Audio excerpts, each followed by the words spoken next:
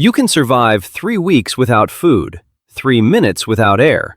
But without water, you have 7 days, maybe less. And what happens during those 7 days is a biological nightmare that most people never see coming. Your body doesn't just get thirsty and shut down. It fights. It sacrifices. It cannibalizes itself trying to keep you alive. And the order in which your organs fail will surprise you. Let's see exactly what happens to your body, hour by hour, day by day, as it goes to war with dehydration. By day 3, something changes inside your skull that you won't be able to ignore. You wake up on day 1. It's been 12 hours since your last drink of water. Your mouth feels a little dry. Your lips are starting to crack at the corners. You've felt this before, after a long workout, after sleeping in late, after a night of drinking. This is just thirst, your body asking politely for water. But here's what you don't see happening inside. Your kidneys have already noticed. They're the first responders to dehydration, and they're making a critical decision right now. Normally, your kidneys filter about 180 liters of blood every single day, pulling out waste and excess water to create urine. But when water intake drops, they switch modes. They start reabsorbing more water back into your bloodstream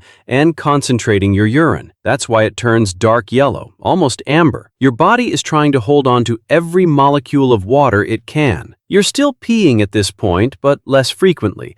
And what comes out looks like apple juice instead of lemonade. Your blood volume is starting to drop. Not dramatically, but enough that your cardiovascular system notices. To compensate, your heart rate ticks up slightly, maybe 5 or 10 beats per minute faster than normal. You probably won't even notice this. It feels like nothing. A slight headache starts forming behind your eyes. That's your brain detecting the early signs of fluid loss. It's sending out thirst signals, telling you to find water. If you drink now, everything resets within an hour. Your kidneys relax, your urine clears, the headache fades. But you don't drink, you keep going. 24 hours in, day 1 is ending, and your body is no longer asking politely. You haven't urinated in 6 hours. Your kidneys have gone into full conservation mode, filtering only the absolute minimum to keep waste from building up in your blood. The small amount of urine you do produce is now dark brown and smells sharp, almost chemical. That's concentrated urea and waste products your body is desperately trying to get rid of while keeping every drop of water. Your mouth is painfully dry now. Saliva production has dropped by more than half. Swallowing feels uncomfortable, like your throat is coated in sand. Your tongue sticks to the roof of your mouth. You start breathing through your mouth more, which only makes it worse because you're losing water vapor with every exhale. This is your body being polite. By tomorrow, the politeness ends. Day 2 begins. You wake up and immediately know something is wrong. Your head is pounding. Not a dull ache anymore, but a sharp, persistent pain that sits right behind your forehead. You try to stand, and dizziness hits you like a wave. Your vision goes spotty for a second before it clears. What's happening is this. Your blood volume has dropped by about 8%. There's physically less liquid in your veins and arteries. To move that smaller volume of thicker blood through your body, your heart is now beating 15 to 20 times faster per minute than normal. Your blood pressure is starting to drop because there simply isn't enough fluid to maintain normal pressure against your artery walls. When you stand up too quickly, gravity pulls what little blood you have down to your legs, and your brain gets temporarily starved. That's the dizziness. That's the spotty vision. Your skin feels different. If you pinch the back of your hand, the skin stays tented for a moment before slowly flattening back out. Normally, it would snap back instantly. This is called poor skin turgor, and it's one of the earliest physical signs that dehydration is getting serious. Your skin cells are losing their elasticity because they're running out of the water that keeps them plump and flexible. You look in a mirror and notice your eyes seem sunken, sitting deeper in their sockets. The soft tissue around your eyes has started to shrink. And here's the part that should terrify you. Your brain is shrinking. Not permanently, not yet, but physically getting smaller inside your skull. Your brain is roughly 73% water. When you're dehydrated, it loses moisture and actually contracts away from the inside of your skull. This pulls on the membranes and blood vessels that connect your brain to your skull, which is what's causing that brutal headache. It's not just pain. It's your brain physically straining against its own structure. Your cognitive function is declining. You're irritable, snapping at things that wouldn't normally bother you. Your ability to focus is shot. You start a thought and lose it halfway through. Simple mental tasks, things you do automatically every day, now require conscious effort. Decision-making becomes harder. If you were in an actual survival situation right now, this is where you'd start making mistakes. Mistakes that could kill you. And you're still peeing. Barely. Maybe once since yesterday. A tiny amount of liquid so dark it's almost brown. Your kidneys are working on emergency power, doing the bare minimum to keep waste from poisoning your blood. But they're struggling. Yesterday, your body asked politely. Today, it's panicking. Your joints feel stiff when you move. That's because the synovial fluid that lubricates your joints is mostly water, and production has slowed. Every movement feels a little rougher, a little more friction than it should. Your body temperature, regulation is starting to fail. Without enough water to produce sweat, you can't cool down efficiently. If it's warm outside, you're in serious danger of overheating. If it's cold, you're at risk of hypothermia because your blood isn't circulating heat properly. Right now, everything is still reversible. Drink water and you recover in hours. Your headache fades. Your heart rate drops. Your brain re-expands. But keep going and we cross a line. And this is where it stops being uncomfortable and starts being dangerous. Day 3 is where most survival experts draw a line. This is when dehydration stops being a problem and becomes a crisis. You've now gone 72 hours without water. Your body has exhausted every polite option. What happens next is a controlled demolition of non-essential systems to keep your brain and heart alive for as long as possible. You can barely stand without support. The dizziness isn't occasional anymore, it's constant. Your blood pressure has dropped so low that standing upright makes you feel like you're going to faint, and you might. People at this stage often lose consciousness when they try to move too quickly. Your heart is racing at rest, sometimes hitting 110 or 120 beats per minute just sitting still. It's working overtime to push blood that's now 10 to 15% thicker than normal through vessels that are constricting due to low blood volume. Your skin no longer bounces back when pinched. It stays folded, like paper that's been crumpled. The skin on your lips has cracked open in multiple places and might be bleeding slightly. Your eyes are deeply sunken. The membranes inside your nose are so dry, they're cracking and bleeding. You might see blood when you blow your nose, assuming you even have the moisture to produce mucus. Your mouth has stopped producing saliva almost entirely. Your tongue is swollen and feels like leather. Swallowing is not just uncomfortable now, it's genuinely painful. The headache from day 2 was bad. This is something else entirely. Your brain has continued to shrink and is now pulling hard on the meninges, the protective membranes surrounding it. The pain is constant, throbbing, and intensifies with any movement or bright light. But worse than the pain is what's happening to your thoughts. You're confused. Time feels wrong. You might think it's morning when it's actually afternoon. You can't remember what you were just doing 5 minutes ago. Your short-term memory is failing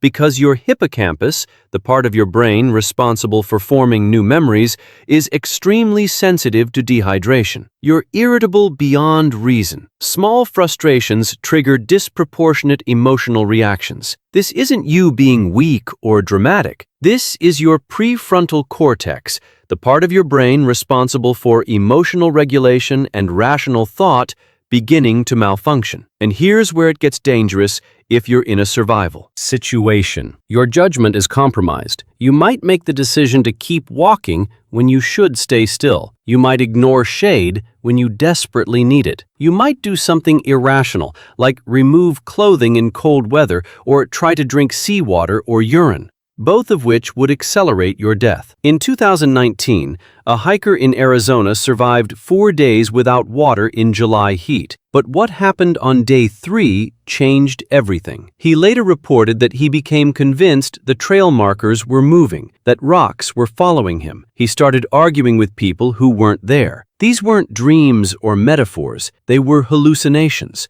the result of his brain cells misfiring as they desperately tried to function without adequate hydration. He only survived because a search team found him before he walked off a cliff chasing a hallucination of a water fountain. Your muscles are cramping. Without enough water and electrolytes, your muscle cells can't maintain proper sodium and potassium balance. This causes involuntary contractions, painful spasms that hit your legs, your abdomen, your back. You might curl up in pain as your calf muscles lock into a Charlie horse that lasts for minutes, and you can't do anything about it because the normal fix, drinking water and replenishing electrolytes, isn't available to you. Your urine has stopped completely. Your kidneys have finally made the call. They've shut down the filtration process almost entirely to preserve what little blood volume remains. This means waste products, urea, creatinine, toxins that normally get flushed out are now building up in your bloodstream. You're starting to poison yourself from the inside. This is called uremia, and it's the beginning of acute kidney injury. Your organs are now in active distress. The damage is still reversible, but the window is closing fast. If you get water in the next few hours, your kidneys might recover fully. If you don't, permanent damage begins. And you're only halfway through. The body has 2 more lines of defense, and both of them are brutal. Day 4 arrives, though you might not be conscious enough to know it. Your body is no longer fighting dehydration.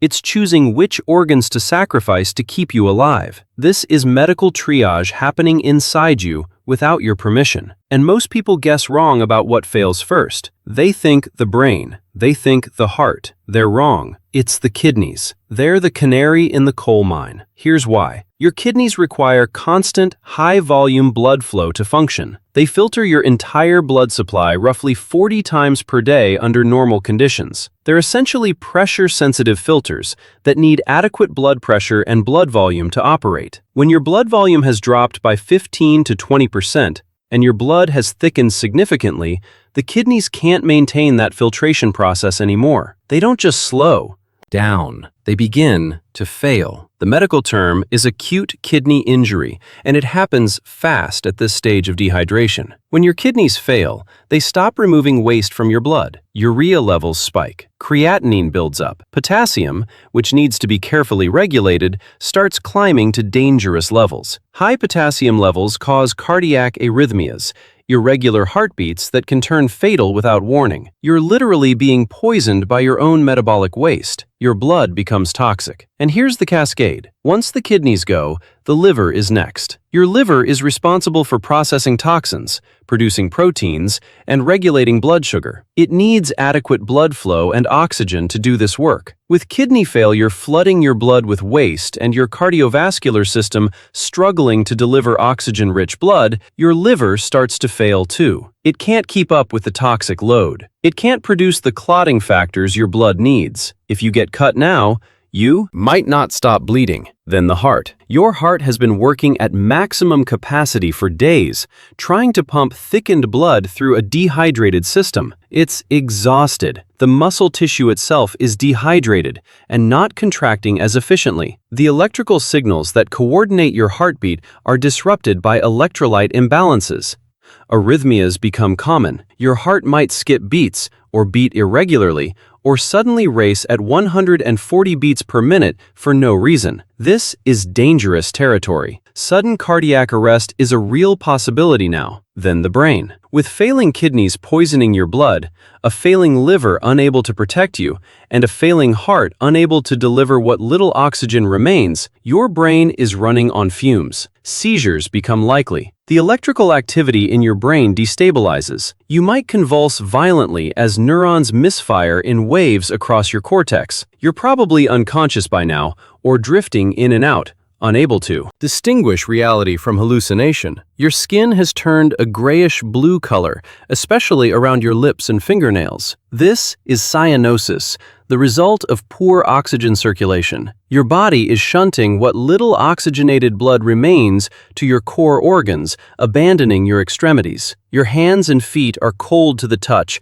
even if the ambient temperature is warm. You're in multi-organ failure. But some people make it past day 5. What keeps them alive? And what does it cost them? If you've made it to day 6 without water, you're no longer in a survival situation, you're in a countdown. The variability in survival time comes down to a few critical factors. Age matters. Children and elderly people die faster because they have less total body water to begin with and less efficient cardiovascular compensation. Climate is everything. In extreme heat, most people don't make it past day 4 because they're losing additional water through sweat and respiratory evaporation. In freezing temperatures with zero physical activity, someone might reach day 7 or even day 8 because their metabolic rate slows and they're not losing water to heat regulation. Activity level determines everything. If you're walking, searching, trying to survive, you'll die faster. Every movement burns energy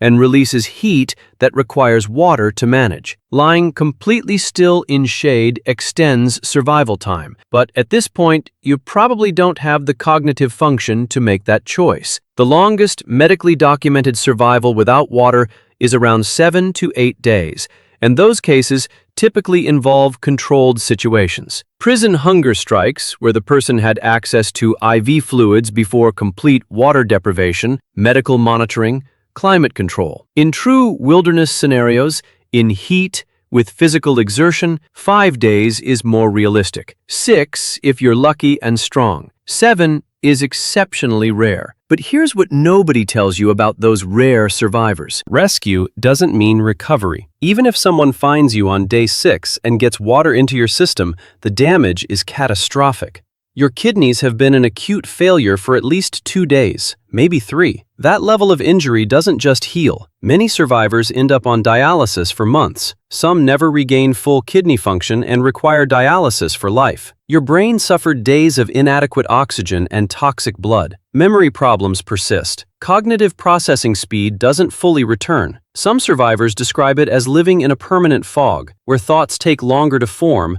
and complex decisions feel overwhelming. Your liver took a beating trying to process waste that your kidneys couldn't remove. Liver scarring, early-stage cirrhosis, chronic inflammation. These can develop even after you're rehydrated. Your heart, which spent nearly a week beating at extreme rates while severely dehydrated, might develop long-term arrhythmia issues. The muscle tissue itself can suffer permanent damage. And there's a cruel irony here. If you're rescued on day 6 and someone hands you a bottle of water, drinking it too fast can kill you. It's called refeeding syndrome or rehydration shock. Your body's electrolyte balance is so disrupted that a sudden influx of water can cause your cells to swell rapidly, particularly in the brain. Cerebral edema, brain swelling, can trigger seizures, coma, or death. You have to rehydrate slowly, carefully, with medical supervision. The thing you've been dying for can become the thing that kills you